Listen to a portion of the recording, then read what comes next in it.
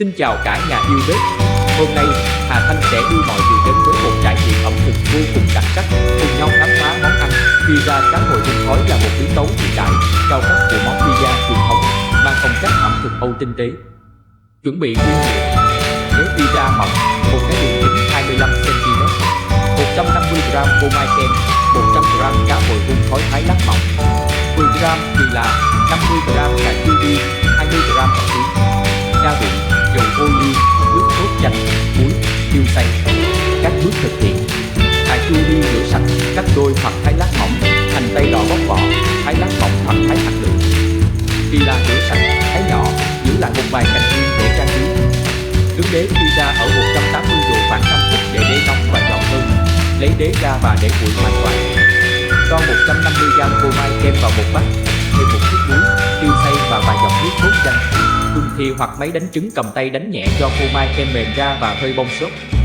Phết đều lớp phô mai kem đã đánh lên trên bề mặt đế pizza đã nguội. Nhẹ nhàng đặt các lát cá hồi hun khói lên trên lớp phô mai kem.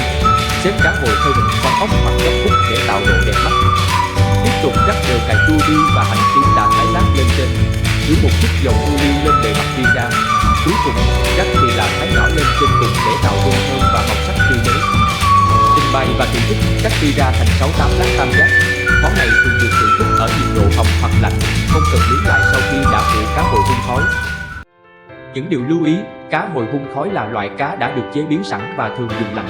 Tuyệt đối không nướng pizza sau khi đã đặt cá hồi lên trên, vì nhiệt độ cao sẽ làm cá hồi bị khô và mất đi hương vị đặc trưng.